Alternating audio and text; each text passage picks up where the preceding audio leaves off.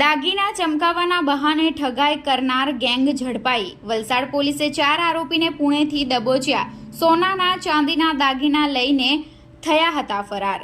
Valsad rural પોલીસે મિલકત સંબંધી ગુનાઓમાં મોટી સફળતા મેળવી છે। પોલીસે દાગીના ચમકાવવાના બહાને છેતરપિંડી કરનાર 4 આરોપીની ધરપકડ કરી છે। એસપી ડોક્ટર કરણરાજ વાઘેલા અને ડીવાયએસપી AK વર્માના માર્ગદર્શન હેઠળ વલસાડ રૂરલ પીઆઈ ભાવિક જીત્યાની ટીમે આ કાર્યવાહી કરી છે।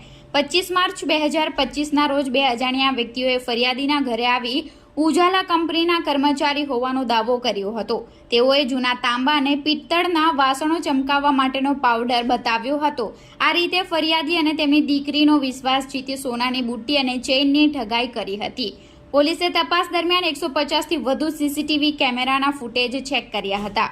આરોપીએ મોટરસાયકલ નાસિકના સર્વિસ સેન્ટરમાં રિપેરિંગ માટે આપી હતી। એક આરોપીએ કરેલી ઓનલાઈન પેમેન્ટની વિગતોથી તપાસનો દોર આગળ વધ્યો। પથિક સોફ્ટવેરની મદદથી વાપીની માનસી હોટલમાં તેમના રોકાણની માહિતી મળી। CDR અને મોબાઈલ લોકેશન ટ્રેસ કરી પોલીસે પુણેના બારામતી વિસ્તારમાં આવેલી શ્રીકૃષ્ણા લોજિંગમાંથી આરોપીને ઝડપી લીધા હતા।